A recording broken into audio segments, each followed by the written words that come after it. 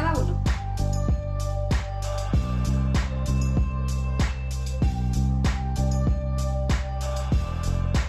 A mí no me salió, yo no sé por qué. No tiene foto. Pero ahorita Doctora, me salió. estamos en el aire.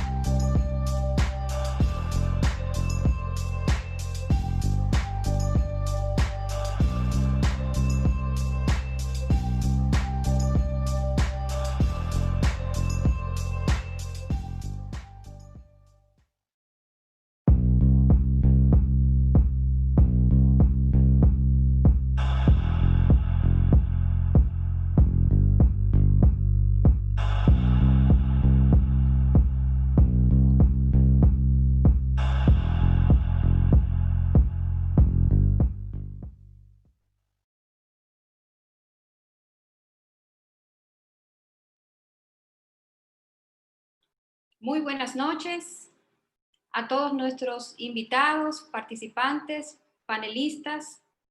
Para nosotros es un honor poder darles la bienvenida en este segundo webinar que estamos transmitiendo en vivo desde las plataformas Zoom e YouTube. Importante decirles que a lo largo del desarrollo de este evento estarán disponibles para hacer preguntas que iremos luego respondiendo, acompañado por supuesto de nuestros panelistas, y esperemos que este segundo webinar sea de provecho para todos. Lo hemos hecho con mucho cariño, así que estamos muy agradecidos de contar con la conexión nuevamente con todos ustedes.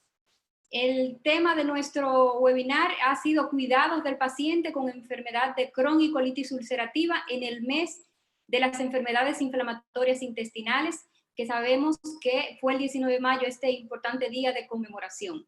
Y nuestra misión como fundación es precisamente seguir contribuyendo en la educación de los pacientes. Y por supuesto, estos son unos medios que actualmente nos permiten esa, vamos a decir, continua relación.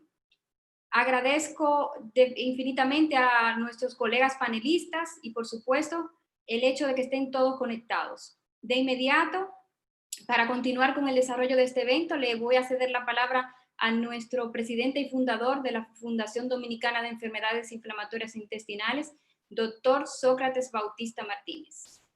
Adelante, doctor Sócrates. Gracias, Liliana.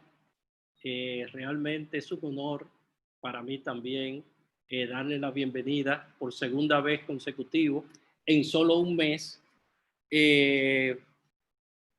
para festejar, sin mal se podría decir, el Día Mundial de las Enfermedades Inflamatorias Intestinales. Tradicionalmente nosotros hacemos actividades trimestrales de educación continuada a los pacientes, pero también cada año hacemos una marcha que este año, por razones, bueno, ya todo conocidas, no se pudo hacer, pero sí nos ha abierto una posibilidad quizá infinita, que es la de nosotros tener participación constante a través de los webinars. El día de hoy realmente nosotros tenemos un plato fuerte con 3 conferencistas de alta calidad, los 3, que es la doctora Ana Carolina Báez, presidenta de la Asociación Dominicana de Nutrición, una gran colaboradora nuestra.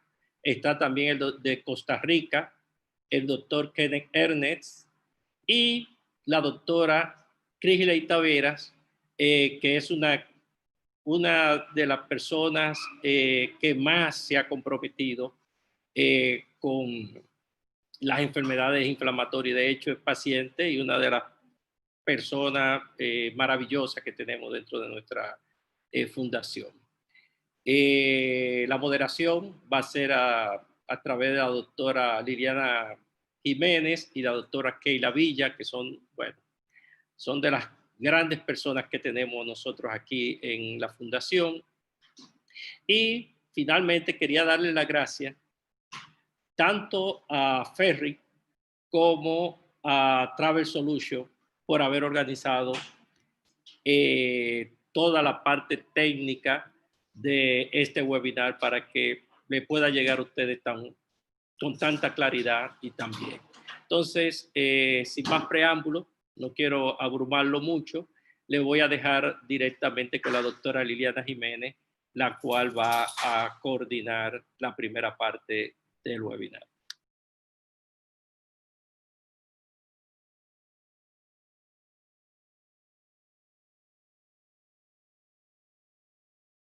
Doctora Liliana, el micrófono, por favor.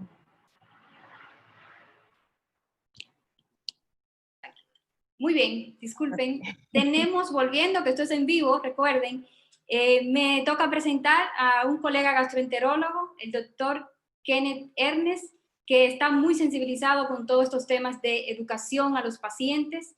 Él ejerce como coordinador de la Clínica de Enfermedades Inflamatorias Intestinales en el Hospital México de la ciudad de San José, Costa Rica.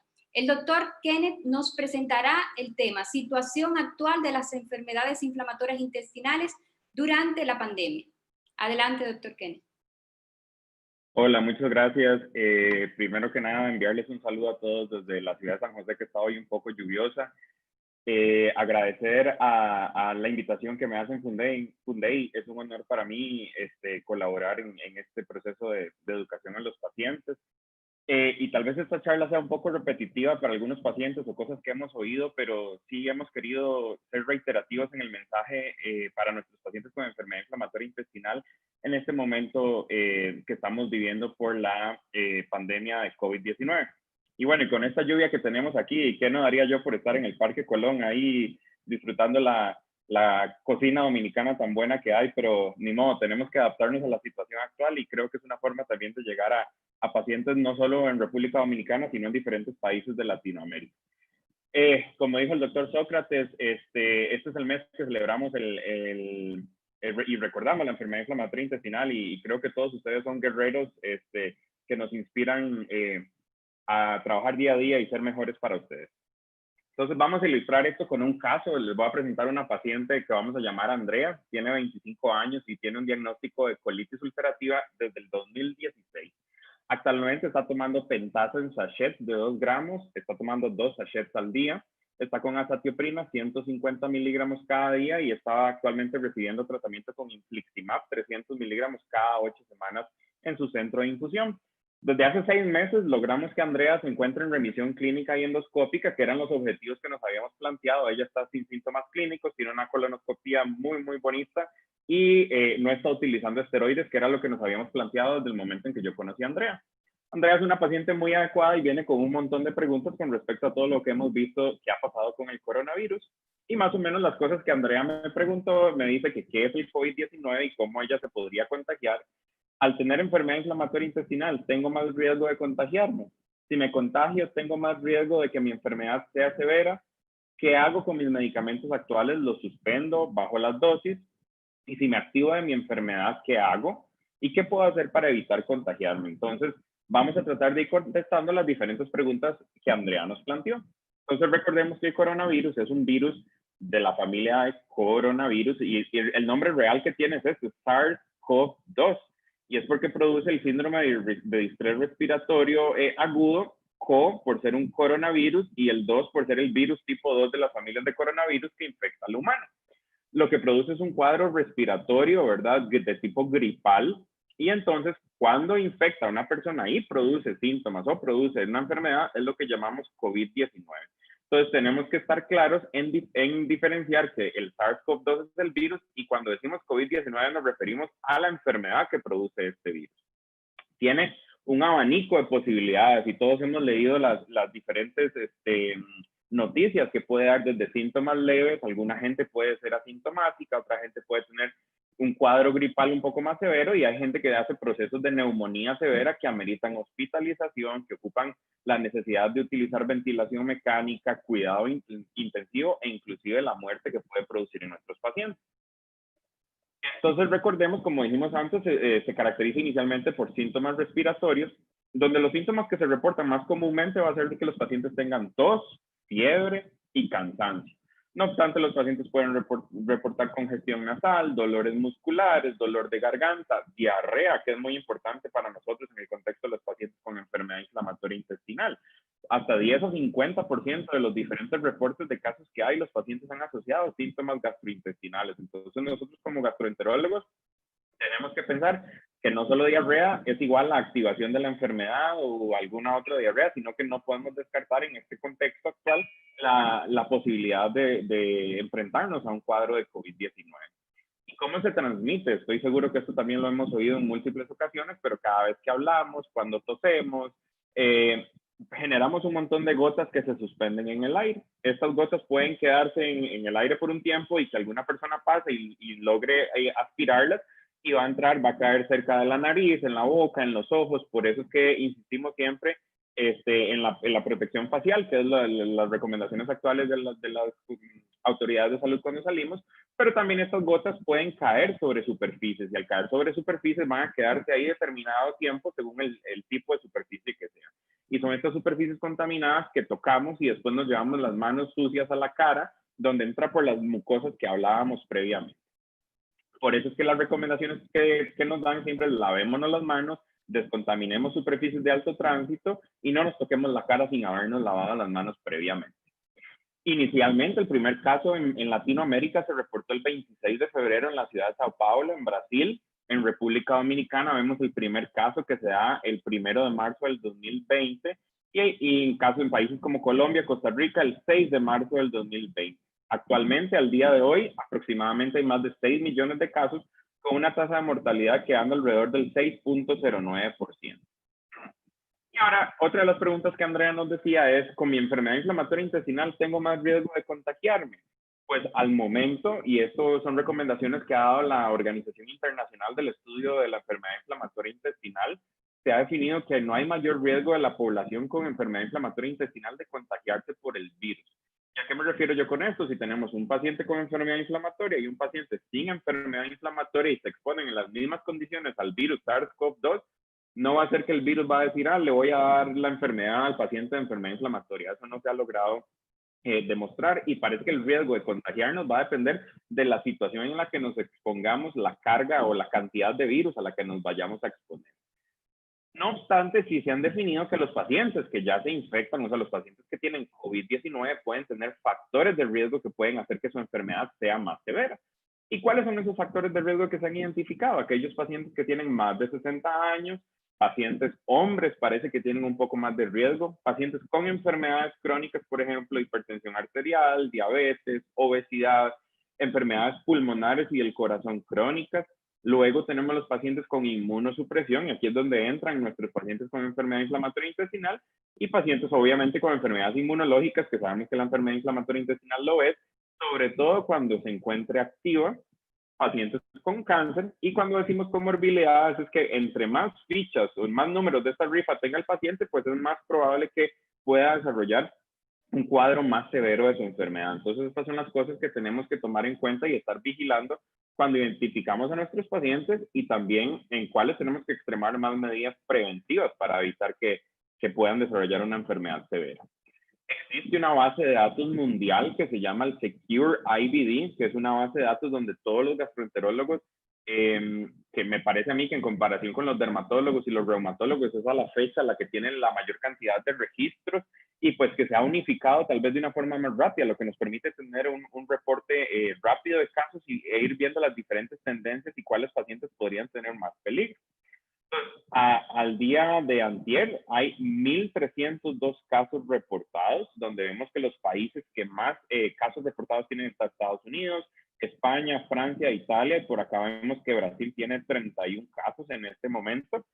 Después en Latinoamérica, aparte de Brasil, tenemos Chile, que tiene 9 casos, República Dominicana, en este paciente 5 casos de pacientes con enfermedad inflamatoria intestinal que han desarrollado COVID-19.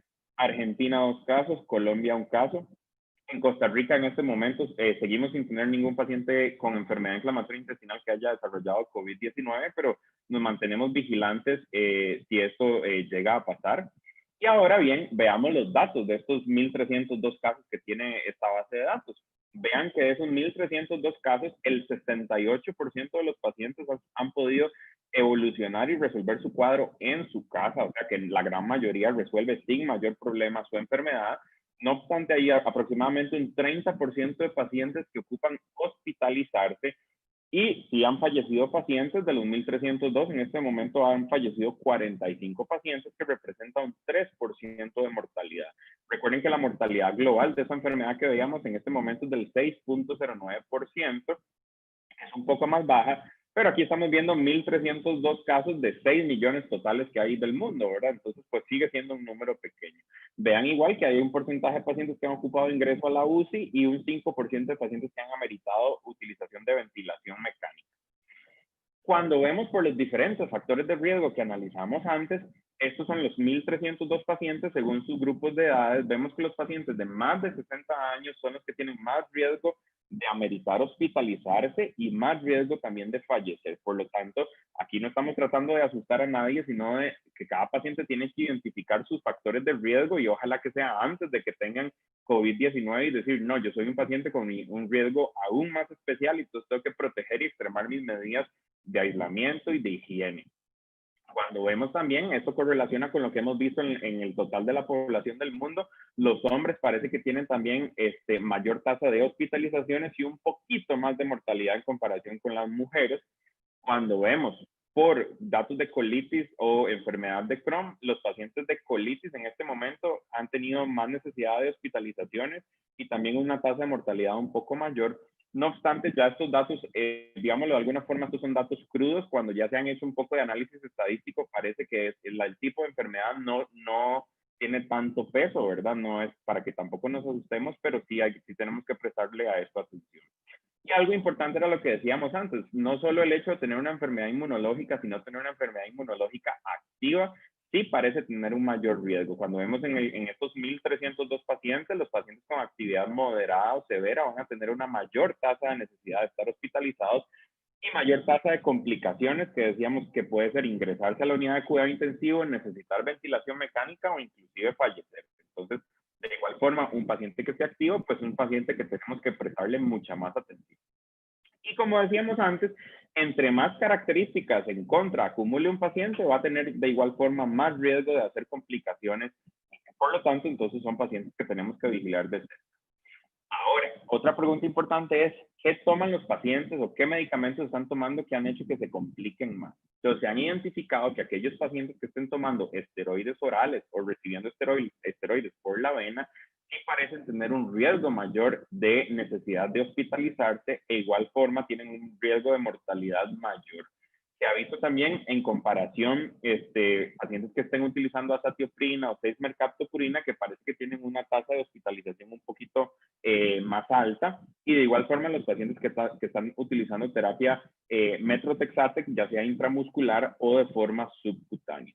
Cuando se analiza el grupo de pacientes que utilizan terapias biológicas o terapias avanzadas, vemos que aquellos pacientes que están utilizando Anti-TNF, por ejemplo, el tipo el infliximab, el adalimumab, el golimumab, son pacientes que tienen pues una tasa de hospitalización menor en comparación con pacientes, por ejemplo, que estaban utilizando solamente o que tenían esteroides dentro de su tratamiento.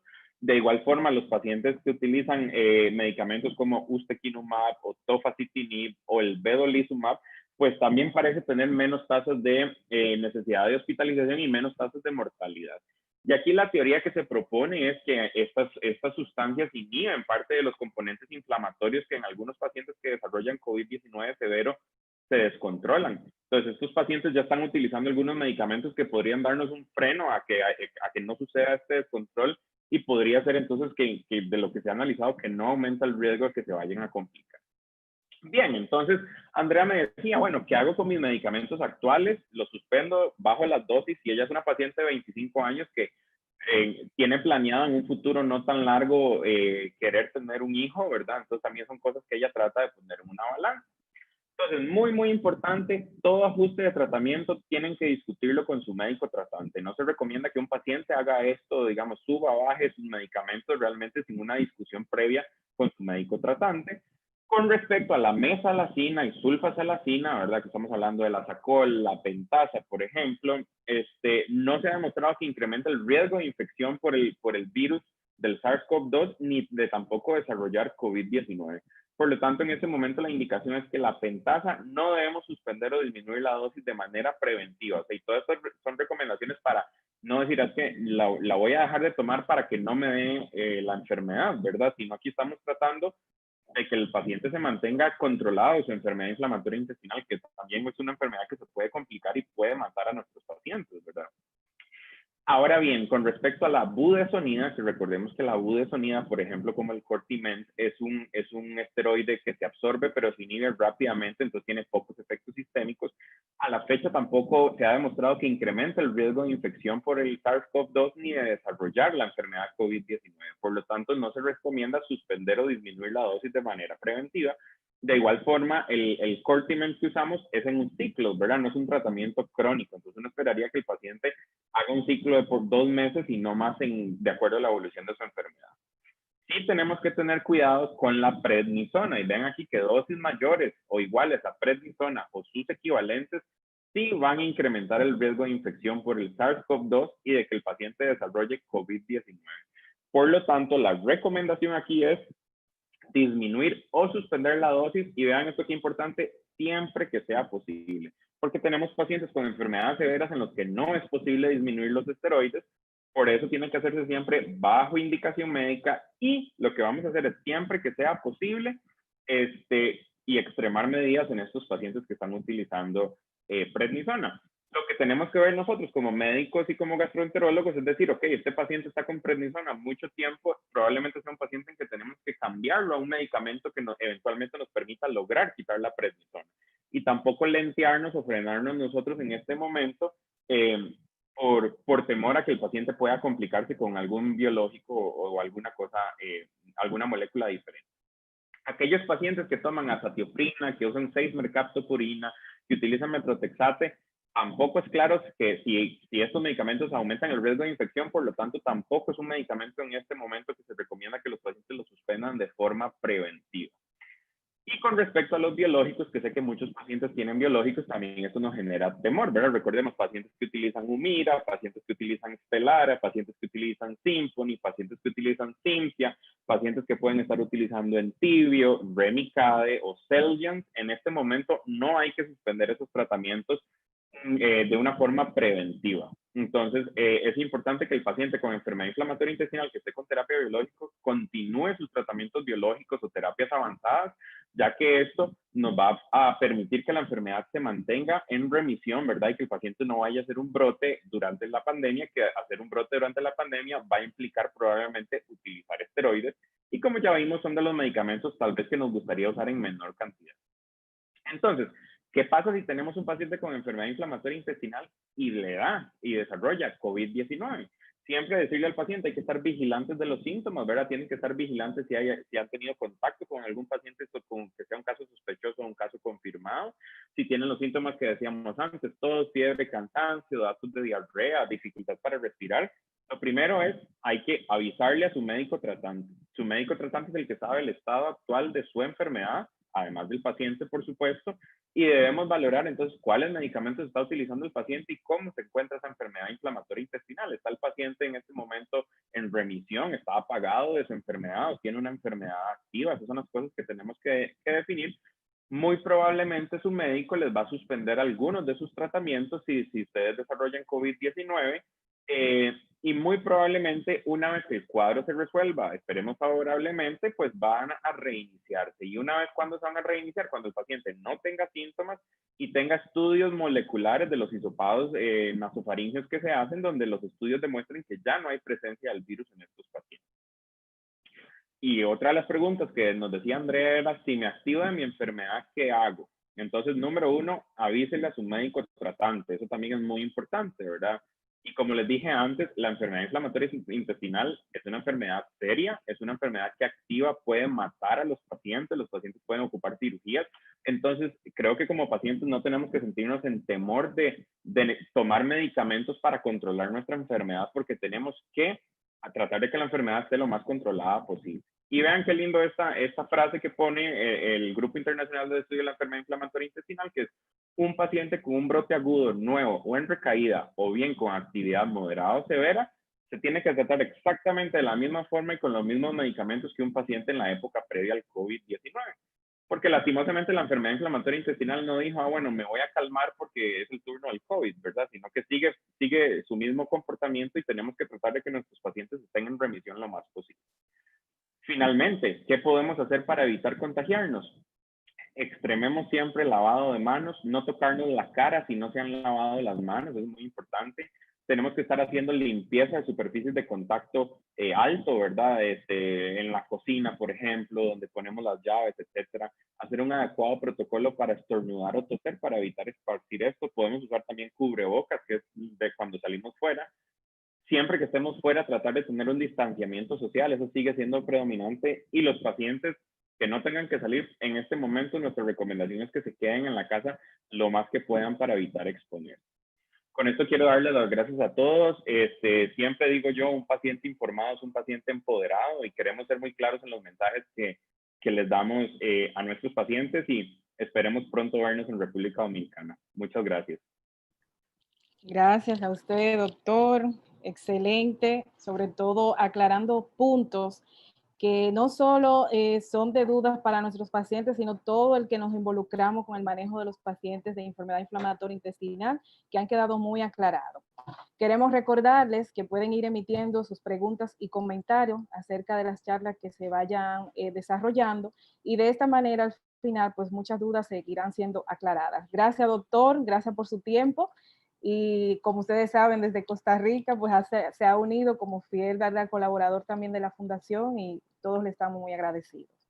Es un placer para mí también seguir y continuar la presentación de nuestra próxima exponente, la doctora Ana Carolina Báez Abot, quien es nutrióloga clínica, también docente de la Universidad de INTEC en Santo Domingo y actual presidenta de la Sociedad de Nutrición Clínica y Metabolismo. Es una fiel colaboradora de Fundeí y quien ha sacado su momento y tiempo, a lo cual estamos infinitamente agradecidas, para compartir sobre todo este tema de tanta importancia, que es siempre una interrogante en nuestras consultas por nuestros pacientes, como es el tema importancia del buen estado nutricional en los pacientes con enfermedad inflamatoria intestinal. Con usted, la doctora Ana Carolina, gracias, y todo suyo el micrófono. Buenas noches, muchísimas gracias a Fundey por la invitación, para mí todo un honor, y muchísimas gracias a todos los pacientes que en el día de hoy nos acompañan. Y realmente la idea es en los próximos minutos compartir un poquito acerca de la importancia que tiene el estado nutricional y la nutrición en esta enfermedad. Y básicamente recordando un poco, sabemos que esta enfermedad, como su nombre lo dice, cursa con inflamación de la vía digestiva, una inflamación que es crónica y que es recurrente. Su causa es desconocida o no muy bien aclarada, pero sí se sabe que para que ocurra se tiene que dar la interacción de varios factores. Digamos que tenemos un paciente con una predisposición genética que es sometido a algún factor desencadenante. Ese factor desencadenante puede ser una infección o podría ser algún factor ambiental, dentro de los que tenemos una dieta inadecuada. Al ocurrir esta interacción, pues se va a producir una respuesta inmunológica exagerada con la consiguiente inflamación de forma crónica. Entonces, una pregunta muy recurrente es, ¿existe una relación entre la alimentación y la nutrición y la enfermedad inflamatoria intestinal? Pues aparentemente sí. La alimentación podría jugar un rol tanto desencadenante como protector, como vamos a ver en un momentito, pero también al tener el paciente inflamación de la vía digestiva, pues es un paciente que tiene riesgo de malnutrirse o desnutrirse. Asimismo, la nutrición puede tener un rol terapéutico, como veremos más adelante. Entonces, relacionados los factores dietéticos, pues podemos decir que en los últimos años la humanidad ha ido cambiando mucho lo que es su patrón de alimentación. Pasamos de una alimentación más sana, más del campo, de la tierra, a una alimentación mucho más rápida, mucho más procesada. Y se ha asociado que el alto consumo de carnes, de grasas trans, que es esa grasa que está presente en la comida rápida, en la bollería, en las donas, en los croissants, en los chips de funditas, asimismo como el exceso de azúcar y de bebidas azucaradas, pues podrían tener un rol como factor predisponente a la enfermedad inflamatoria intestinal. Pero asimismo, una dieta baja en fibra, en frutas y verduras y deficiencia de vitamina D también podrían ser factores asociados como predisponentes. Por el otro lado, tenemos que la lactancia materna aparentemente juega un rol de protección contra la enfermedad.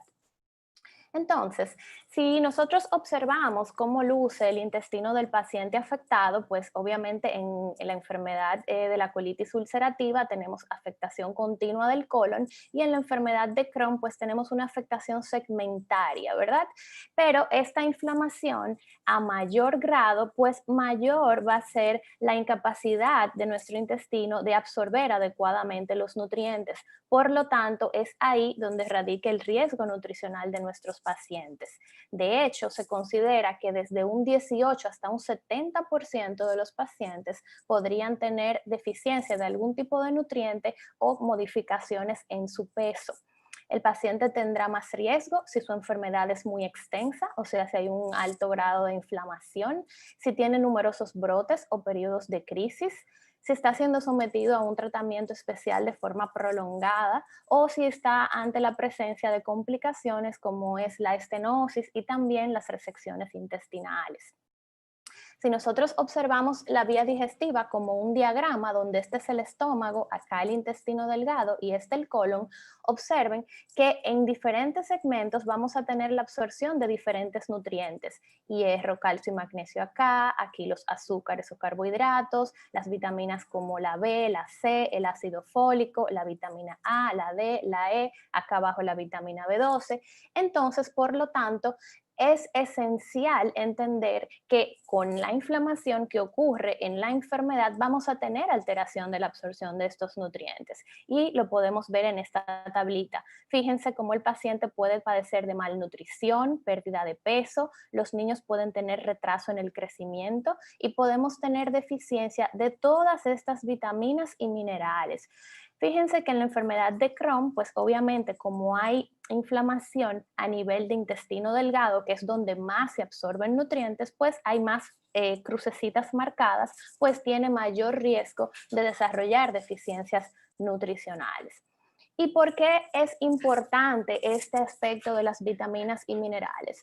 Pues las vitaminas y los minerales participan en múltiples procesos en nuestro cuerpo y uno de esos procesos importantísimos es el aprovechamiento y el procesamiento adecuado de los nutrientes que nosotros consumimos diariamente. Pero asimismo, las vitaminas y minerales van a ejercer un rol importante en que nuestro sistema inmunológico o de defensa trabaje de manera adecuada. Fíjense acá cómo todas estas vitaminas A, B6, B12, C, D, ácido fólico, zinc, hierro, selenio, magnesio, cobre, participan en esa función adecuada del sistema inmunológico. Por lo tanto, si el paciente tiene deficiencia de alguno de estos micronutrientes, pues aumenta la posibilidad de que pueda tener afectación de una entidad como la que ahora mismo nos afecta a todos, que es la pandemia del COVID-19. Asimismo, las vitaminas y minerales pues tienen un rol como antiinflamatorios y antioxidantes. Entonces, una pregunta que siempre también se nos hace es cómo debe ser la dieta del paciente con enfermedad inflamatoria intestinal. Y la verdad es que no existe una dieta especial y específica para el paciente con enfermedad inflamatoria intestinal. Cada uno de nosotros somos diferentes y podemos tener diferentes grados de tolerancia a los alimentos. Tenemos pacientes que toleran absolutamente todos los alimentos y tenemos pacientes que pueden tener intolerancia a los lácteos, otro a los granos, otro a los vegetales crudos, otros al gluten. Por lo tanto, esto es un tratamiento individual. Lo que debemos excluir a un paciente es lo que le resulta en sintomatología de forma permanente. Es decir, cada vez que se expone a ese alimento, el paciente desarrolla alguna sintomatología. Entonces, ese alimento es excluido. En general, a pesar de que no existe una dieta específica, sí existen patrones dietéticos que han mostrado beneficios y es el caso de la llamada dieta mediterránea o patrones similares a la dieta mediterránea, que incluyen varias porciones al día de frutas y verduras y esto nos aporta vitaminas, minerales y fibra. También incluye cereales integrales, con lo cual vamos a recibir fibra, zinc, selenio. Pescado varias veces a la semana, así como aves magras en lugar de comer carnes rojas. Esto nos aporta proteínas, zinc, selenio. También aceite de oliva, aguacate, frutos secos, si hay una correcta tolerancia, porque nos va a garantizar grasas monoinsaturadas y poliinsaturadas. Y las monoinsaturadas tienen un impacto antiinflamatorio. Asimismo, lácteos que deberían ser descremados porque nos aportan proteína y también vitamina D. Entonces, si ustedes observan, este patrón dietético nos aporta múltiples vitaminas y minerales de las que tienen riesgo los pacientes de tener deficiencias. O sea que una dieta completa, equilibrada y balanceada como esta podría ayudar mucho a reducir ese riesgo de deficiencia de nutrientes. Asimismo, una dieta que debe ser reducida en sal, en azúcar y en esas grasas trans y de origen animal. Si lo vemos visualmente acá en este plato, pues el plato debería ser colorido. Fíjense aquí, diversidad de verduras acompañado de su pechuguita a la plancha en vez de frita, ¿verdad? Y aquí está su morito, su arroz con frijoles o el gallo pinto. Entonces realmente es un plato equilibrado. Fíjense que la bebida para acompañar esto no es refresco ni tampoco es jugo envasado, es agua. Y que la fruta la comemos en su forma natural. Este es un modelo excelente de una alimentación equilibrada. ¿Qué pasa cuando el paciente entonces tiene un brote? Cuando tiene un momento de crisis, pues tenemos dos escenarios. Tenemos el paciente que tiene una crisis leve que puede ser manejado en casa o podemos tener un brote que nos lleve a la hospitalización. Entonces, dependiendo del tipo de crisis que tenga el paciente, será el abordaje. No existe tampoco una dieta específica para todos los brotes, sino que si el paciente, por ejemplo, presenta diarrea, pues vamos a manejar una dieta astringente, es decir, una dieta baja en grasas, baja en fibra, por lo tanto excluimos las frutas y verduras crudas, los granos, excluimos los lácteos y nos manejamos más con manzana, zanahoria, papa, arroz, pan blanco, pechuguita de pollo, una dieta baja en residuos. Y esto nos va a ayudar a que poco a poco las heces adquieran más consistencia y a medida que el paciente va mejorando, los alimentos se van reintroduciendo nuevamente tratando de llegar a esa meta de dieta equilibrada. En caso de que el paciente presente dolor, pues no hay un alimento específico que tenemos que excluir, sino que tenemos que establecer qué alimento está produciendo o desencadenando dolor y ese alimento entonces es excluido. En caso de estrechez intestinal o estenosis, pues tenemos que suavizar la consistencia del alimento, una alimentación suave o líquida, baja en fibra para tratar de reducir la posibilidad de que pueda haber una obstrucción. Y en casos extremos, pues podríamos necesitar una nutrición especial. Lo mismo ocurre en caso de fístulas o de sangrado, que si es severo o pues podríamos necesitar una nutrición especial.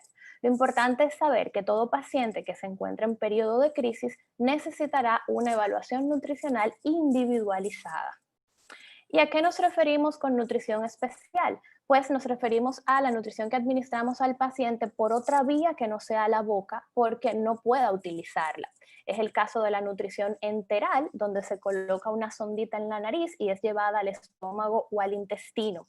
Y este tipo de nutrición ha demostrado tener un impacto antiinflamatorio, sobre todo en niños. De hecho, puede considerarse como una alternativa en niños que no responden a otro tratamiento. Y ahí es que me refería a que la nutrición puede tener un rol terapéutico. El otro tipo de nutrición especial es la nutrición parenteral. Es la que administramos a través de las venas, como si fuera un suero. Y esta la utilizamos cuando el paciente definitivamente no puede utilizar la vía digestiva. Puede ser por estenosis, por sangrado, por obstrucción. Pacientes que no puedan comer suficiente, que no consigan completar todos sus requerimientos o que estén desnutridos y, por ejemplo, vayan a ser llevados a cirugía, se benefician de acompañar de esta alimentación especial, y asimismo los niños que tengan retraso en el crecimiento. Entonces, mensajes para recordar y para llevar a la casa: la enfermedad inflamatoria intestinal, su tratamiento y sus complicaciones pueden tener importantes repercusiones en el estado nutricional de nuestros pacientes. La alimentación debe ser adaptada a la fase de la enfermedad en que se encuentra. Se recomienda en general, la meta es que el paciente pueda llevar una dieta equilibrada y balanceada, evitando las dietas restrictivas innecesariamente.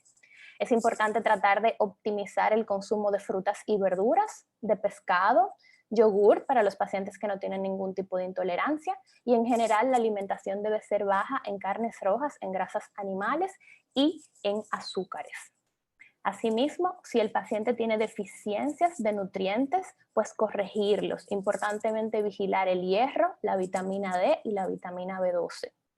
Todo paciente con enfermedad inflamatoria intestinal debe acompañar esa alimentación equilibrada y balanceada con ejercicio, tanto cardiovascular como de resistencia, el cual se debe adaptar a su condición particular. Y recordar que el acompañamiento nutricional contribuye a que pueda tener una mejor calidad de vida. Muchísimas gracias por su atención. Muchísimas gracias, doctora Ana Báez. Nuevamente reiteramos el agradecimiento en nombre de la Fundación por esta presentación tan clara y por ser tan digerible a propósito de nutrición.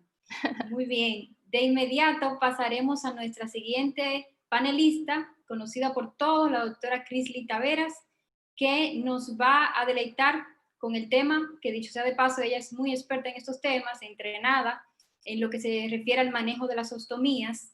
La doctora Chrisly es médico general y es una activa miembro de nuestra fundación. La doctora va a hablar sobre consejos para el cuidado de los pacientes ostomizados. Adelante, Gracias, doctora Taveras. Gracias. Me llena de mucho placer participar en este segundo webinar y traer un poco más de luz a todos los pacientes. Gracias al advenimiento de nuevos métodos de tratamiento para el paciente con enfermedad inflamatoria intestinal, se ha reducido significativamente el número de ellos que necesitan una intervención quirúrgica, como lo es la colectomía. Sin embargo, todavía tenemos un porcentaje de ellos que sí necesitará de este tipo de abordaje, por lo cual es sumamente importante que conozcamos sobre este tema.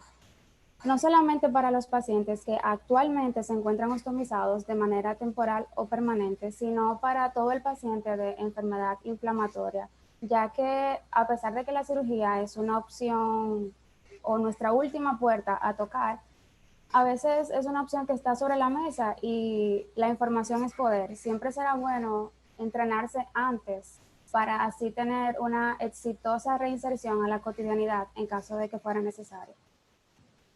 Una ostomía no es más que la apertura quirúrgica que se hace a través de la pared abdominal para permitir que los productos de desechos provenientes de los intestinos, en este caso, salgan al exterior, donde van a ser colectados en una bolsa plástica diseñada exclusivamente para estos fines.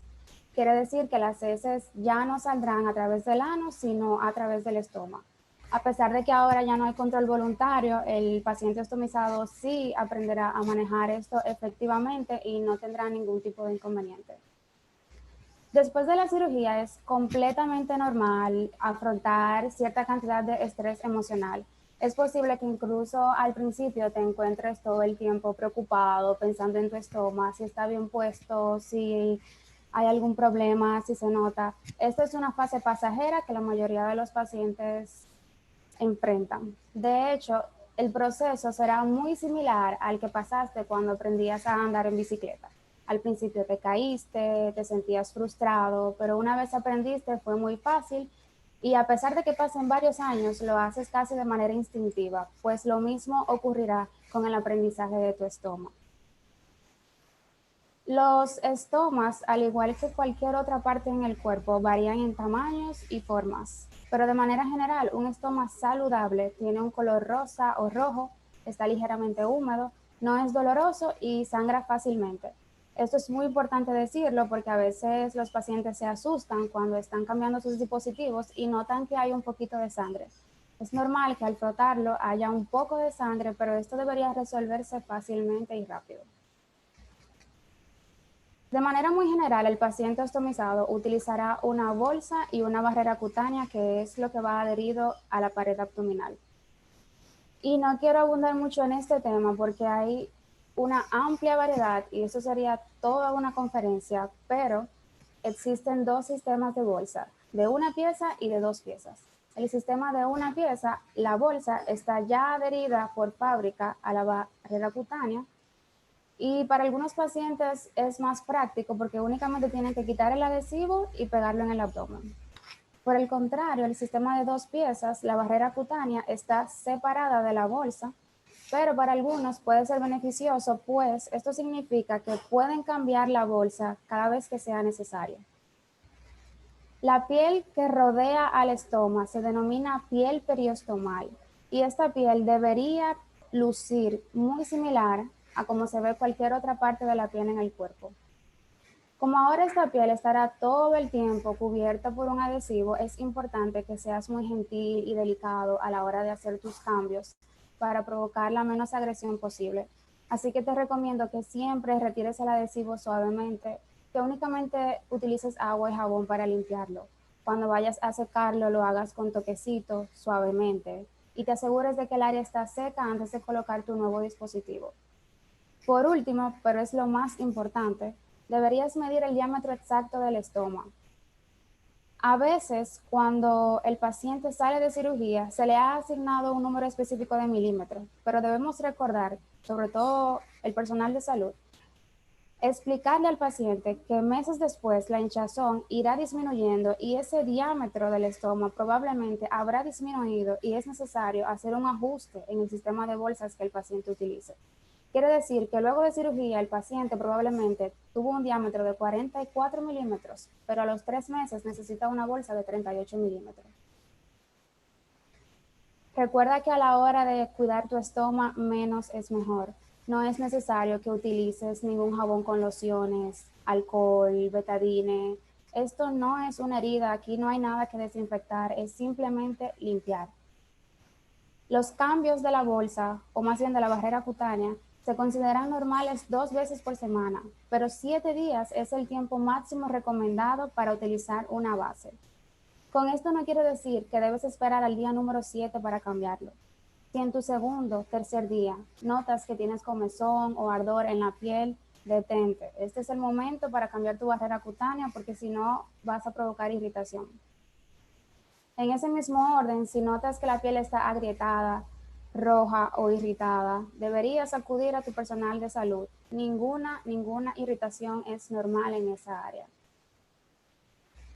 Este tema de cómo contarle a los amigos y familiares lo quise traer porque hace unos meses me encontré en un foro de pacientes ostomizados y vi que este era el tema de discusión.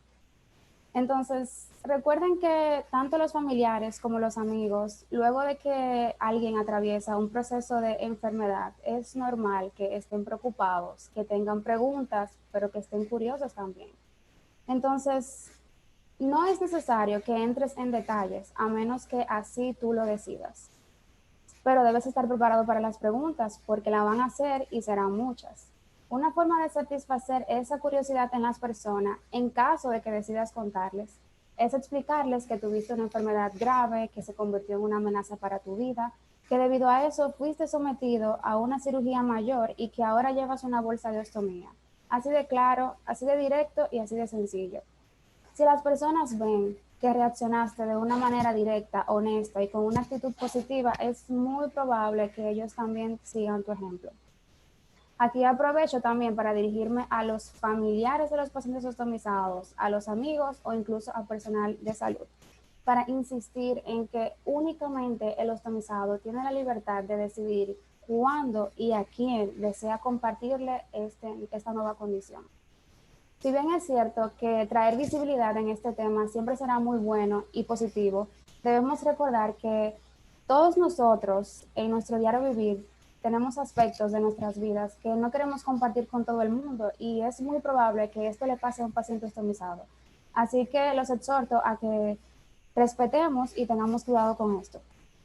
En el momento en que decidas decirlo, tómate el tiempo que necesites. Recuerda que ahora tú tienes una ostomía, pero la ostomía no te tiene a ti. Esto no te define ni tiene que ser tu carta de presentación. Una vez que te recuperes de la intervención y que tu médico de cabecera te haya dado luz verde, puedes continuar haciendo todas las actividades físicas que hacías antes de la ostomía o incluso puedes empezar a hacer algunas que te estén llamando la atención. El paciente ostomizado puede correr, nadar, jugar voleibol, tenis, hacer excursionismo, fisiculturismo, yoga, bailar. No hay impedimento alguno. La ostomía no representa una limitación ni siquiera para estos casos. Estas son fotografías de ostomizados que se dedican al deporte, etcétera, y no estoy hablando de correr 5 minutos en el mirador o hacer 5 sentadillas. Estoy hablando de profesionales y atletas de alto impacto. La única advertencia que podría tener en este campo es en el caso de los deportes de contacto. En el caso de que decidas hacerlo, hay dispositivos que pueden ayudarte a proteger el estómago, como es este que ustedes ven en la parte superior izquierda. Se trata de un cinturón que tiene una barrera plástica que cubre el estómago y lo aboca completamente. Si una pelota llegara a darte o alguien sin querer llegara a toparte, al estómago no le va a pasar nada. El resto que ves aquí son fajas y correas protectoras que no son indispensables para utilizar en tu día a día, pero si decides realizar algún deporte o actividad en la que vas a tener mucho movimiento, esto podría ser de mucha ayuda para ti, para que te sientas más cómodo y seguro. Una pregunta muy frecuente que tienen los ostomizados es si pueden mojar su bolsa. Claro que sí. Puedes bañarte, ducharte y nadar tal y como lo hacías antes de la cirugía. De hecho, no es necesario que utilices ningún dispositivo especial. Las bolsas que hay en el mercado hoy en día están diseñadas para que funcionen perfectamente debajo del agua y aún después de ella. No hay ningún cuidado especial ni ningún dispositivo especial. Puedes incluso utilizar los mismos bañadores que utilizabas antes de la ostomía. En el caso de las mujeres, si no quieres que se note o no quieres andar con ella a la vista, pues puedes elegir un bañador de talle alto o un bañador de una sola pieza, aunque te repito, no es necesario que lo cubras, puedes andar con él como más te sientas cómoda. Para una persona ostomizada es completamente normal que le preocupen las relaciones interpersonales, el sexo, la intimidad, pues esto es un aspecto de nuestra vida que es importante y que debería continuar. Entiendo que es probable que te sientas inseguro, no todo el mundo va a reaccionar igual y no debes sentirte mal al respecto. Lo importante aquí será la comunicación, la comprensión y hacerlo cuando te sientas cómoda o cómodo. Si para estos momentos quieres utilizar algunos accesorios que cubran tu dispositivo, pues en el mercado los hay. Hay, como yo los llamo, ostomizados emprendedores que se han dedicado a elaborar este tipo de piezas. Son fajas, cobertores que pueden utilizar, que no son necesarios, pero que si así te sientes cómodo, puedes usarlo.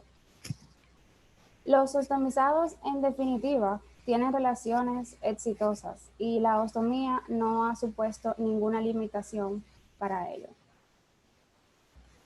El embarazo sí es posible para la mujer ostomizada. El riesgo de parto no parece ser mayor que el de otras madres si se trata de una mujer saludable. Lo ideal sería que fuera un embarazo planificado, que haya un manejo interdisciplinario, no solamente con tu ginecólogo, sino con tu gastroenterólogo de cabecera, que ellos te den autorización y que te encuentres en una fase de remisión donde no haya animación para el mismo. Pero es algo que sí es posible y que ocurre sin ninguna complicación. Por último, quiero recordarte que no estás solo.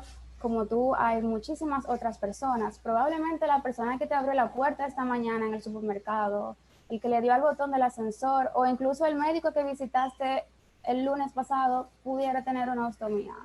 Hay muchísimos foros, grupos, fundaciones como lo es Fundei, donde hay personas que te aseguro estarán siempre a la orden para ayudarte, para aclarar tus dudas. Así que te invito a acercarte y que cualquier cosa que necesites, ya sea una pregunta o una duda, no tengas miedo. Te aseguro que habrá más de 2 dispuestos siempre a colaborar. Gracias por tu atención. Muchísimas gracias, doctora Crisly Taveras, por tanta claridad al presentar un tema que lamentablemente, como bien decías, todavía sigue siendo un poco tabú. Muy bien, recordarles por favor que pueden seguir haciendo sus preguntas. Ya daremos ahora inicio a esta sesión de preguntas. También que todavía pueden conectarse a través de las redes de Zoom como de YouTube. Bien, en esta sesión de preguntas ya tenemos algunas en ambas plataformas. Vamos a dar inicio con una de las preguntas que, aunque fue ya contestada durante la presentación del doctor Kenneth Ernest, como bien decía el participante Jorge Rodríguez, pero es bueno socializarla, ya que es un concepto que debemos tener claro. Sabemos que los corticoides debemos hacer un trato siempre con nuestros pacientes, de que debe ser por un tiempo limitado. Y en este sentido va la pregunta. Dice, en un paciente con enfermedad inflamatoria con uso prolongado de corticoides, ¿tendría una mayor probabilidad o riesgo de contagiarse? Gracias por la pregunta y la respuesta es sí. Sí, dosis mayores de 20 miligramos de prednisona o su equivalente, tenemos que tener cuidado especial en esos pacientes.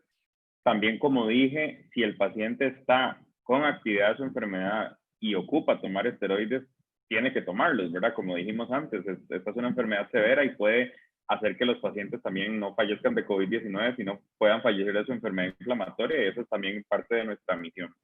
Entonces, como bien decía la doctora Jiménez, tenemos que tratar de que sean ciclos definidos, no ciclos crónicos, pero sí aumenta el riesgo en un paciente que lo merite. Por lo tanto, extremar medidas es la recomendación. Muy bien, gracias, doctor Kenneth. Hay otra pregunta también que voy a seguir en la misma línea, ya que va dirigida a tu charla, y es informaciones acerca del efecto protector del tabaco y el efecto nocivo, tanto en Crohn como colitis ulcerativa. Muy importante aclarar esto porque es nuestro pan nuestro de cada día, insistirle a los pacientes que deben dejar de fumar, y más en estos tiempos. Adelante. Sí, gracias. Aquí hay que tomar en cuenta varias cosas. El daño pulmonar que el tabaco hace, el uso crónico del tabaco, y esto, como dijimos antes, es un factor de riesgo de tener una COVID-19 severa, tener enfermedades pulmonares crónicas, eso por un lado. Hablando específicamente del tabaco y la enfermedad inflamatoria intestinal, sabemos que los pacientes con enfermedad de Crohn que son tabaquistas tienen peor pronóstico, usualmente enfermedades más agresivas. Sí se ha descrito pacientes que fuman ya y hacen colitis ulcerativa podrían tener algún grado de menor cantidad de síntomas, no obstante, de ninguna forma eso es suficiente para recomendarle a un paciente que vaya a fumar. Entonces, la recomendación por salud global es no fumar en los pacientes con enfermedad inflamatoria intestinal. Muchísimas gracias. Vamos a darle también paso a mi colega en la moderación, que tengo el honor de compartir con ella, la doctora Keila Villa, que tiene algunas preguntas que ha captado por la red de YouTube. Sí. Además de preguntas, pues muchos comentarios, felicitaciones y agradecidos todos por la gran ponencia que han dado y sobre todo, como decía la doctora, digerible. Esto también lo comentan muchos de los que están en YouTube. Con relación, siguiendo con el doctor Kenneth, alguien pregunta sobre el uso de los biológicos a un paciente con COVID. ¿Cuándo debería retomarlo? O sea, una vez que ha sido diagnosticado. Ok, muy bien, no, muchas gracias. El número uno, un paciente con enfermedad inflamatoria intestinal que no tenga COVID y ocupa biológicos, está totalmente indicado iniciar biológicos. Como dijimos antes, los esteroides parece que son el medicamento de más riesgo, entonces si usar un biológico nos va a permitir quitarle los esteroides a este paciente es una buena estrategia. Sobre todo a veces también, y para nada más aprovechar, con las infusiones, ¿verdad? Algunos pacientes tienen temor y dicen, no voy a irme a poner mi infusión o cámbienme a un biológico que me lo ponga en la casa. Eso no es una recomendación en este momento. Por lo pronto, comuníquense con sus enfermeras y sus centros de infusión para programar la cita. Estoy seguro que han tomado medidas de distanciar las citas, de entrevistar a los pacientes, tomarles la temperatura, lavado de manos, etcétera, antes de eso. Ahora bien, un paciente que está utilizando biológicos o inmunosupresores y que le da COVID-19, la recomendación en este momento es suspenderla y se retomaría el uso de estos medicamentos una vez que el paciente esté asintomático y que tenga estudios de los hisopados nasofaringeos, las muestras nasales que se toman con estudios moleculares que determinen que el paciente no tiene virus. Esa es la recomendación actual. Ok, muchas gracias. Para la doctora Ana Carolina, alguien está interesado en saber si un paciente con enfermedad de Crohn podría realizar una dieta keto. No sé qué usted... A propósito de la moda, ¿verdad? Sí, a propósito de la moda. Bueno, realmente la recomendación para el paciente con enfermedad de Crohn, al tener tantas posibilidades de deficiencias nutricionales, es llevar una alimentación lo más equilibrada posible. Bien, recordar que la dieta keto es una dieta alta en grasas, baja en hidratos de carbono y puede ser normal de proteína o alta de proteína. Al no ser del todo equilibrada, pues podría tener deficiencia de algunas vitaminas y minerales. Entonces, no sería la primera opción recomendarlo. Si es un paciente que tiene exceso de peso y por eso desea hacer dieta keto, se recomienda que el paciente con enfermedad inflamatoria intestinal y obesidad pueda bajar de peso en periodos de remisión, o sea, mientras esté estable, llevando una alimentación saludable y equilibrada. El patrón que definitivamente yo recomendaría es dieta mediterránea por su efecto antiinflamatorio. Perfecto.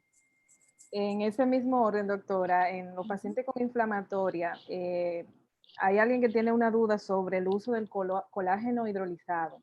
Si eso tendría algún efecto beneficioso o en contra llevarlo.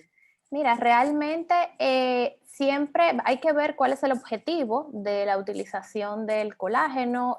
Su principal indicación son problemas articulares y bueno, no tendría ninguna contraindicación realmente en utilizarlo. Ahora, si su objetivo es enriquecer la proteína de la dieta, pues realmente la proteína del colágeno no es la que se absorbe ni se utiliza de mejor forma, sino que existen otras presentaciones como el caseinato o la proteína de suero de leche que sería mejor para utilizar. En principio, lo ideal es que lo que necesite lo adquiera de la alimentación, ¿de acuerdo? Y si no lo logra, pues suplementar con algo. Si es para articulación, no habría ninguna contraindicación en utilizarlo. Liliana, no sé si sigo yo o tienes alguna Bien, cosa. buenas. Sí, hay otras preguntas, también dirigidas a la doctora Ana Carolina Báez, nutrióloga clínica, y es cómo evitar o corregir anemia. en un paciente que ya está teniendo manifestaciones como cansancio y que aparte es un paciente de más de 90 años con colitis ulcerativa? Bueno, pues realmente es muy importante corregir la deficiencia de hierro que pueda tener el paciente y lo podemos hacer por vía oral idealmente, y en caso de que no sea posible, pues se hace un cálculo para corregirse inyectada, ya sea vía parenteral, y eso va a depender de algunos valores, de su hemoglobina, de su hematócrito, del nivel de hierro que tenga en el momento. Entonces ahí se prescribe la dosis y se reparte qué cantidad de tomas o inyecciones se le dará a ese paciente. Muy bien, Ana. En ese mismo sentido, tú hablabas sobre lo importante que es identificar estos déficits, no solamente de vitaminas, sino minerales. Lamentablemente pasa a veces que esos déficits, digamos que son silentes, salvo falta de hierro, obviamente, que el paciente va a manifestar, pero a veces faltan minerales, por ejemplo, y no tenemos constancia de eso. ¿Cada cuánto tiempo recomiendas esa vigilancia estrecha sobre todo esos micronutrientes, vamos a decir, o minerales que son tan importantes y que lamentablemente por la misma actividad, como tú mencionabas, de la enfermedad, a veces no se absorben, como pasa, por ejemplo, como el calcio, la vitamina D? Claro, siempre que hacemos una evaluación inicial, pues tratamos de indicar todo el perfil vitamínico y por supuesto el hierro, que es uno de los que tenemos que poner más atención y que se recomienda suplementar hasta normalizar. Yo suelo mandar a hacer zinc cuando tengo una evaluación inicial con el paciente, y lo podríamos repetir dependiendo de si lo tiene deficiente, pues a los 6 meses. Si lo tiene normal, pues podríamos repetir anualmente si estamos llevando una alimentación equilibrada, que es lo que tratamos de motivar obviamente en consulta. Pero digamos que otros valores un poquito más comunes, como es el mismo hierro, la vitamina D, pues la podríamos medir de forma trimestral en la consulta. Muchas gracias, Ana. Hay otra pregunta que también va dirigida a ti, así que aprovecho para presentársela. Y es, ¿la fibra soluble ayudaría en estas enfermedades? Tú hablabas de lo importante que es manejar justamente ese componente de la dieta, la fibra, de acuerdo a la fase o crisis en que esté el paciente, vamos a decir, si está en crisis o si está en remisión. Entonces, más o menos en ese sentido, ¿la fibra soluble ayudaría en estas enfermedades? Realmente lo ideal es que la alimentación en fase de remisión sea rica en fibra, o sea, es importante que el paciente tenga un buen contenido de fibra proveniente tanto de los carbohidratos integrales como de las verduras y las frutas. Ya en una fase de crisis, pues la fibra insoluble podría ser irritante para la vía digestiva, dependiendo de qué tipo de crisis esté padeciendo el paciente, y en caso de que sea estrechez, pues obviamente reducimos toda la fibra para evitar que pueda haber una obstrucción. O sea que depende mucho de cuál sea la crisis que esté padeciendo el paciente, pero en remisión debe haber fibra en la dieta. Excelente, muchísimas gracias. Estoy viendo que hay personas conectadas de otros países, de Costa Rica, de Guatemala.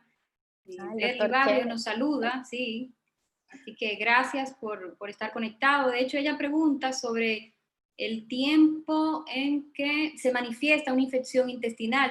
No sé si se refiere a esto, vamos a decir, a las manifestaciones intestinales en relación a COVID, que bien abordó el doctor Kenneth. Villa, si tienes otras preguntas. Sí, claro.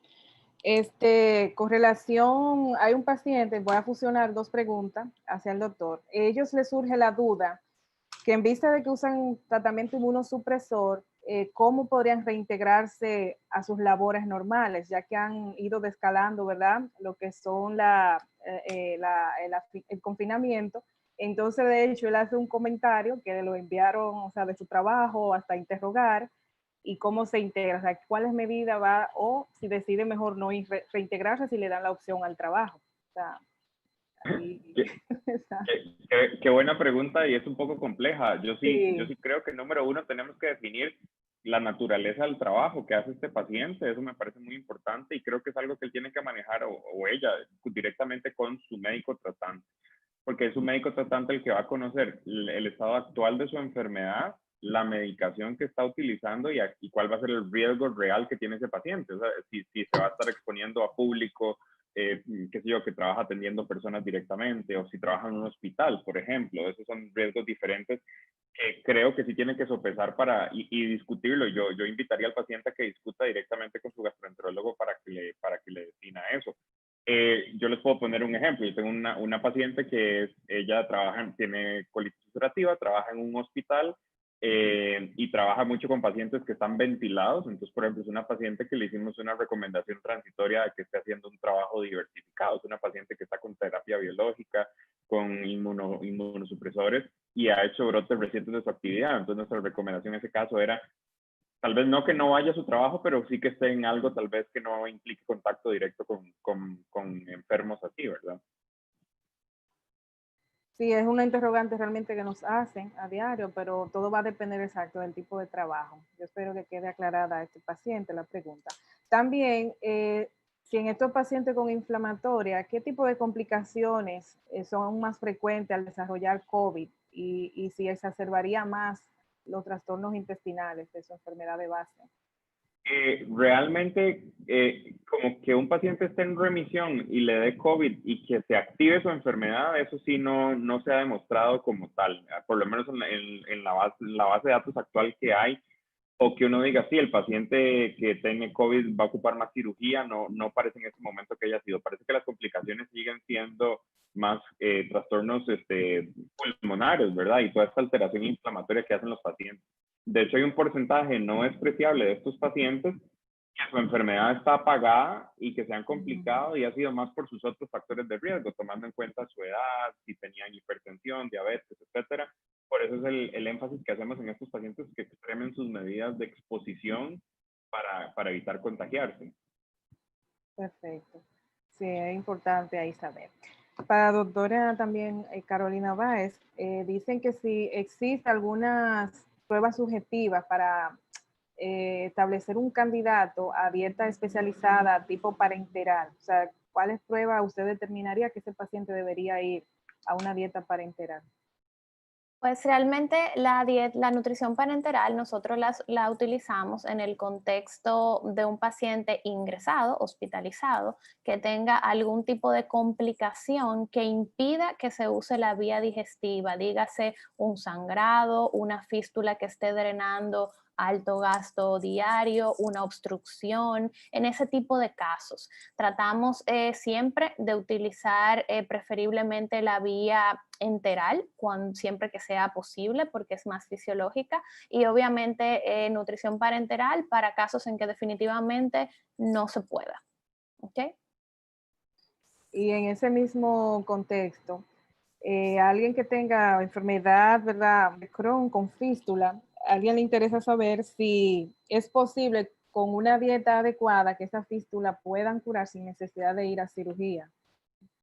Esto lo interroga.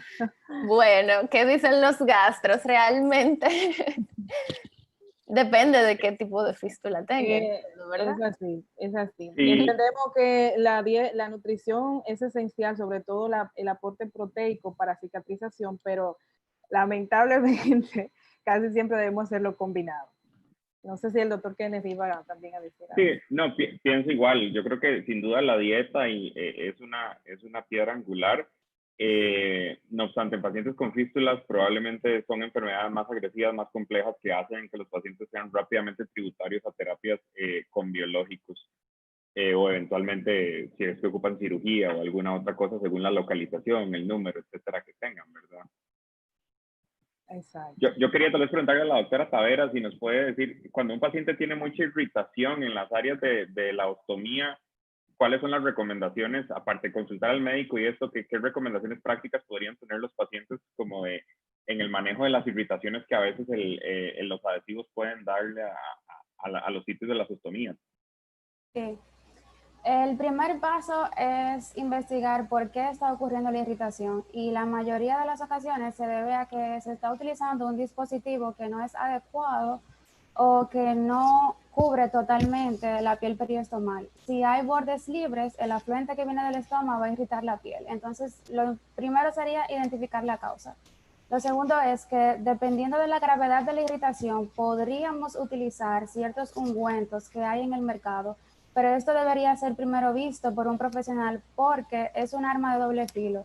La utilización de cremas en esa área, aunque sean medicadas, van a impedir la correcta adherencia de la barrera cutánea, entonces va a ser un círculo vicioso y seguirá la irritación. Entonces, muchas veces lo que se prefiere, en lugar de indicar algo, es aumentar el cambio de la barrera cutánea. Si normalmente el paciente la cambiaba 5 o 7 días, que lo haga interdiario y que utilice un polvo que disminuya la humedad. Ir valorando si la irritación mejora, que es así como ocurre la mayoría de veces. Y sería ese el manejo.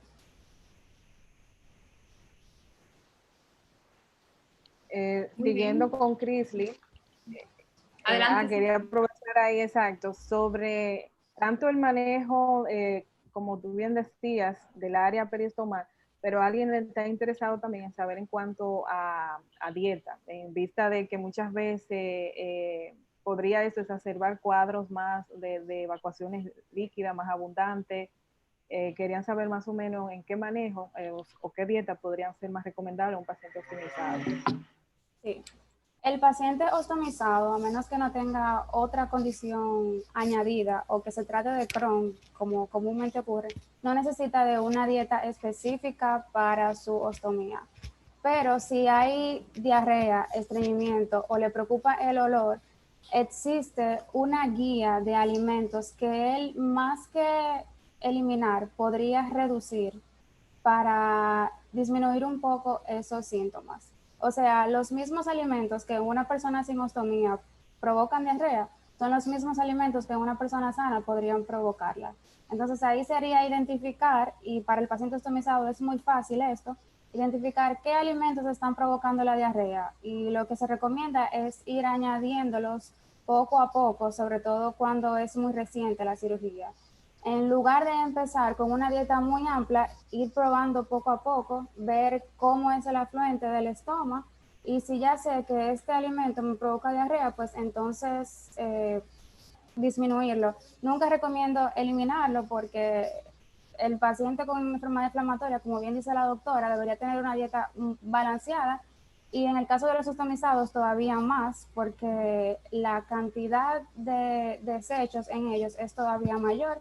Ya no tenemos el colon, que es el órgano encargado de absorber el agua, por lo tanto el paciente es más propenso a deshidratación y malnutrición. Entonces, más que eliminar, es identificar qué lo ocasiona y disminuirlo, o no comerlo en las ocasiones en que esto podría ser un inconveniente para mí.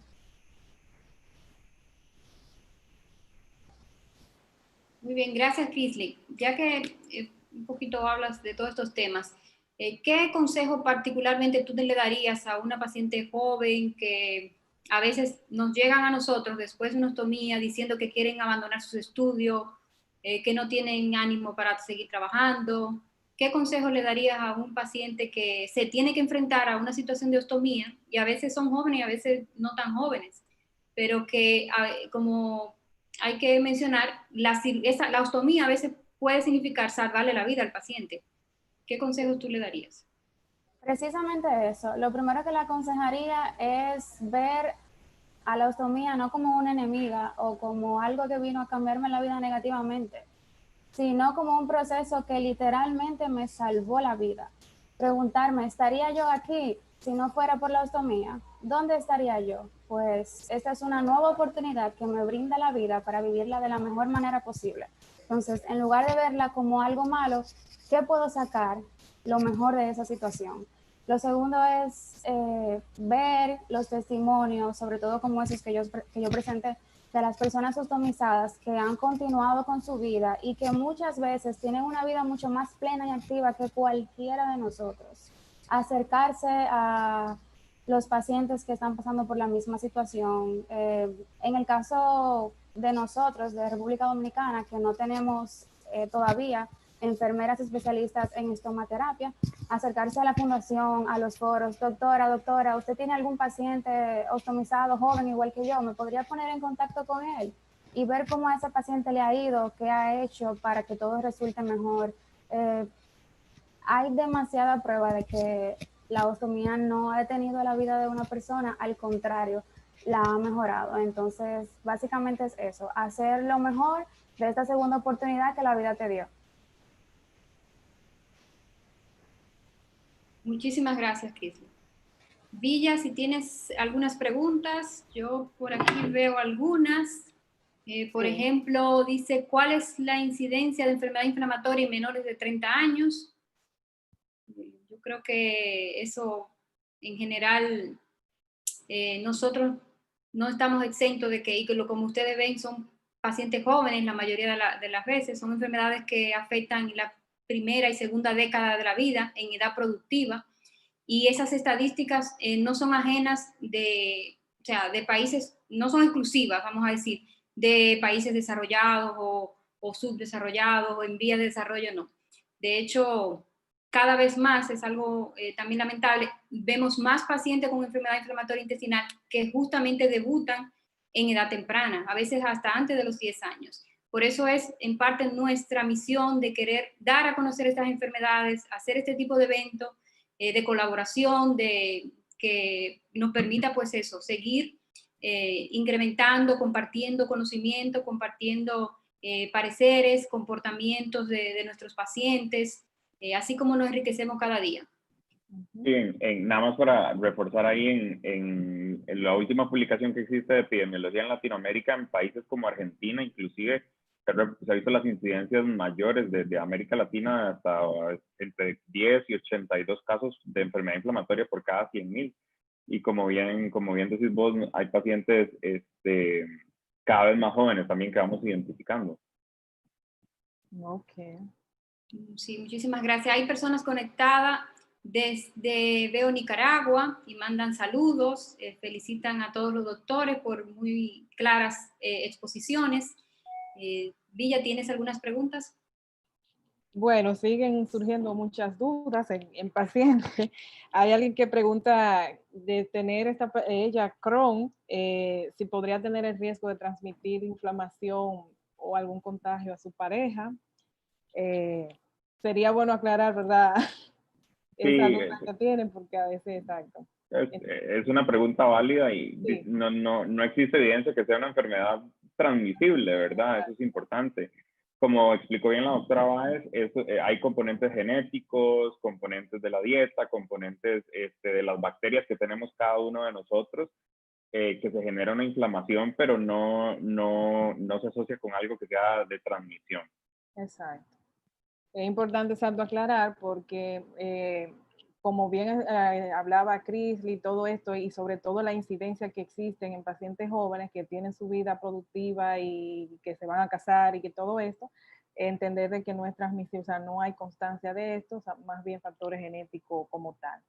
También a usted, doctor, quieren saber si pueden existir consecuencias a corto, mediano o largo plazo en pacientes con inflamatoria post-COVID-19 por la variedad de síntomas que este presenta y el virus en el organismo, de que esto pueda tener una mayor sensibilidad a los pacientes posterior a recuperarse.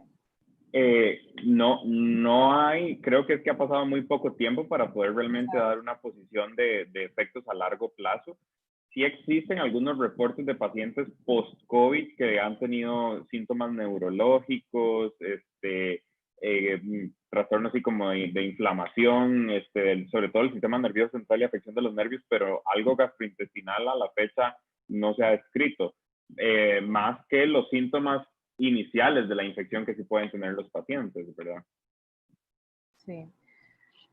Doctora, usted sabe que la pregunta que hice ahorita sobre el colágeno hidrolizado, la persona me insiste en que lea bien la pregunta. Entonces, ella lo quiere aclarar porque quiere saber si lo puede tomar, ¿verdad? En su condición de Crohn o enfermedad celíaca, ya que se hizo una histerectomía y también usa Azorán, como que esa combinación pero usted aclaró bien en qué condición la tomaría, pero ella me dice que lea bien, para que le aclaren, por favor. No, no habría contraindicación de su utilización. Me imagino que la va a tomar es para un tema articular, por lo que dice, ¿verdad? No habría contraindicación de que la use. Ok, ok. Y hay otra, Berly Barrios, que ella dice que tiene una gran inquietud, es estudiante de medicina desde Guatemala, nos manda saludos, y quiere saber si realmente entre los padecimientos inmunológicos, una rinitis alérgica y sinusitis podrían entrar como factores de riesgo también en esto. ¿Qué usted opina? Realmente no hay como estadística per se de las cosas que sí se han descrito, por ejemplo, en pacientes con problemas de otorrino, ¿verdad? De nariz, y esto es, los que se hacen enjuagues nasales, lo que recomiendan es limpiar muy bien los dispositivos, utilizar agua hervida para si eventualmente uno estuvo en contacto con una superficie no vaya a contaminar uno de esos dispositivos y termine inoculándose o metiéndose el virus, ¿verdad? Si viene, entonces hay que tratar de desinfectar, seguir los protocolos. Y la recomendación de la Sociedad Europea de Rinitis es utilizar la medicación todavía, los antialérgicos sobre todo, y al menos yo sí he leído, y esto fue porque un paciente me lo preguntó también, entonces por eso fue que investigué el tema, sobre los esteroides nasales o locales, ¿verdad? Que uno piensa, entonces, sí hay posiciones a veces encontradas, los que algunos especialistas en alergias dicen que podría un paciente, si está estable, dejar de usarlos y utilizar solo su antialérgico. Otros dicen que si son pacientes de evolución severa de su rinitis, es mejor no dejar el tratamiento, porque igual pueden hacer sinusitis infecciosas y si eventualmente les diera COVID, terminar complicándose con otro germen o con otro agente infeccioso más. Perfecto. Gracias, doctor. No sé, Liliana, si tiene... Muy bien, dirigida a Ana Carolina, estas preguntas, ¿qué piensa del uso de probióticos? También nosotros podríamos también aportar algo en esa parte para incluirlos. Y la arginina, supongo que es, y la glutamina, ¿ayudarían a las enfermedades inflamatorias intestinales? Pues realmente se puede incluir el uso de probióticos, de hecho se aconseja el uso de yogurt que lo pueden contener en pacientes que no tengan ninguna intolerancia a los lácteos. Y en relación a la glutamina, pues es digamos que la energía del enterocito, pero no se recomienda como un uso rutinario, sino más bien si hay un momento de crisis afectado por el paciente con diarrea, pues se podría utilizar la combinación de la glutamina, de hecho, con los probióticos en ese momento puntual. No sé qué dicen ustedes de los probióticos. Yo sí pienso que un probiótico específico no tiene como tanta evidencia o que solo con probióticos si estamos en un periodo de crisis, ¿verdad? Y creo como dice la doctora, por salud intestinal está bien que se puedan utilizar, pero no propiamente que vayan a hacer el tratamiento de elección o la piedra angular en un paciente que está en crisis, ¿verdad? Pues hay algunos probióticos específicos como el VSL3 que se ha utilizado en pacientes con colitis ulcerativa que tienen al final del recto, pero que se han utilizado una vez que el paciente ya está en remisión, no como medicamento, digamos, de elección, solo para inducir que el paciente entre en remisión. Entonces, creo que es todavía mucho terreno de investigación que hay y es muy prematura la información en ese grupo de medicamentos. Igualmente, en ese sentido, donde también han demostrado su utilidad es en los pacientes que le han hecho un reservorio, que se ha operado de una colitis ulcerativa y que tienen el llamado reservorio y que está inflamado, que se conoce como reservoritis. Muy bien, yo creo que hemos abordado varias de las inquietudes de nuestros participantes. Esto es una muestra de que ha habido mucho interés en los temas que hemos manejado. Yo creo que vamos a dar cierre por tema de tiempo, como sabemos, y que tenemos una despedida muy emotiva que quisiéramos que nos acompañen a verla, ya que es un poco un recuento de diferentes momentos donde todos hemos participado con motivo de educar, como decía, de hacer talleres, igualmente de celebrar o de conmemorar el Día Mundial de las Enfermedades Inflamatorias Intestinales. Bien, me toca dar las palabras de agradecimiento. Ante todo, agradecerle a los colegas panelistas por esa, vamos a decir, desinteresada colaboración y bueno, está de más decir que nos sentimos muy orgullosos por cómo hemos manejado estos temas Y por supuesto, agradecerle a todos los participantes, tanto nacionales como internacionales. Sin ustedes no hubiese sido posible llevar a cabo esta actividad. Agradecer a nuestros patrocinadores, a Laboratorio Suez Pharmaceutical, a también Ferring, por supuesto, Pharmaceutical, y a través de la persona de José Modesto, que nos dijo sí cuando le hicimos la solicitud. Está de más decir que esto es un trabajo de equipo, por lo tanto agradezco a todos los compañeros miembros de la Fundación, a la directiva, por supuesto al doctor Sócrates Bautista, que siempre nos da la aprobación cuando hay esta iniciativa, que dicho sea de paso, tendremos que continuar haciendo estos eventos. Como él decía al inicio, esta tecnología es una manera de acercarnos y debemos aprovechar, porque no podemos quedarnos paralizados, porque las enfermedades inflamatorias intestinales continúan ahí, y como hemos ya hecho saber, cada vez hay más casos, y bueno, muestra de esto es como decía el doctor Kenny a su inicio, que ya en República Dominicana tenemos incluso 5 pacientes, afortunadamente no han ido con un comportamiento agresivo, como son las estadísticas, como lo cuentan. Por supuesto, el tema de nutrición fue una iniciativa de los mismos pacientes que querían que habláramos de esta parte.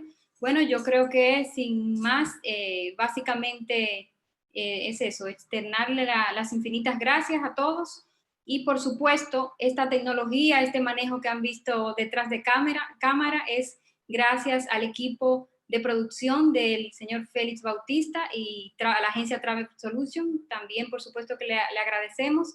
Y bueno, los vamos a dejar con este video conmemorando precisamente el Día Mundial de las Enfermedades Inflamatorias Intestinales y ya el cierre del mes prácticamente, donde se conmemora este día. Pasa el video.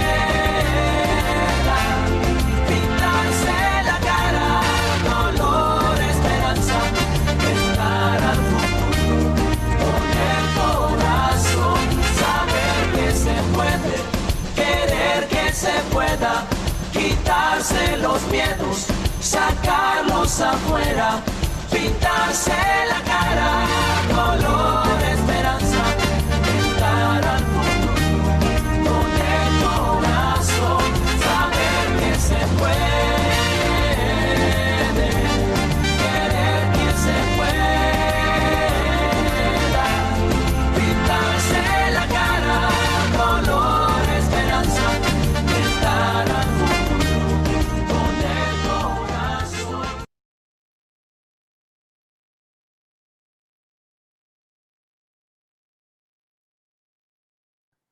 Bye bye, gracias.